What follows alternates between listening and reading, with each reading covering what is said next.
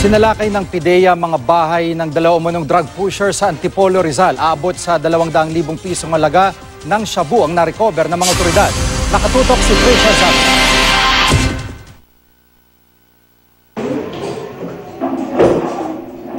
Tatlong di umano'y tulak ng ilegal na droga ang nahuli ng PIDEA Rizal sa Barangay Beverly Hills, Antipolo. Sa bisa ng mga search warrant, pinasok ng mga operatiba ang bahay ni Richard Tubid, 34 anyos, at Stephen Jimenez, 23 anyos. Siyam na sachet ng hinihinalang shabu na nasa 200,000 piso ang halaga ang nakuha sa bahay ni Tubid. Tumakbo pa raw ito nang makita ang mga taga-PIDEA. Hinuli rin ng mga otoridad ang kinakasama niyang si Cel Briones na nadatnan sa bahay. Tumanggi silang magbigay ng panig sa media.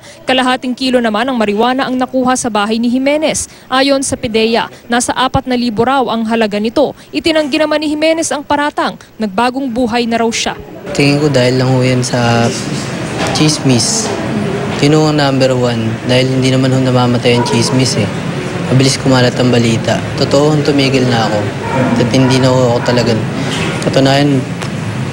Talagang na ako sa trabaho ngayon. Hindi ko alam kung ba't nalinya pa ako ulit para trabahuhin nila.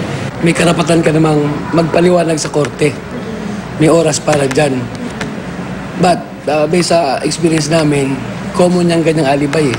Dati na raw sumuko sa barangay sina Jimenez at Tubid dahil sa paggamit ng droga. Sa Martes, isa sa ilalim sa inquest ang mga nahuling suspect para sa reklamong posesyon ng ipinagbabawal na gamot sa ilalim ng RA 9165. Tricia Zafra, nakatutok, 24 oras.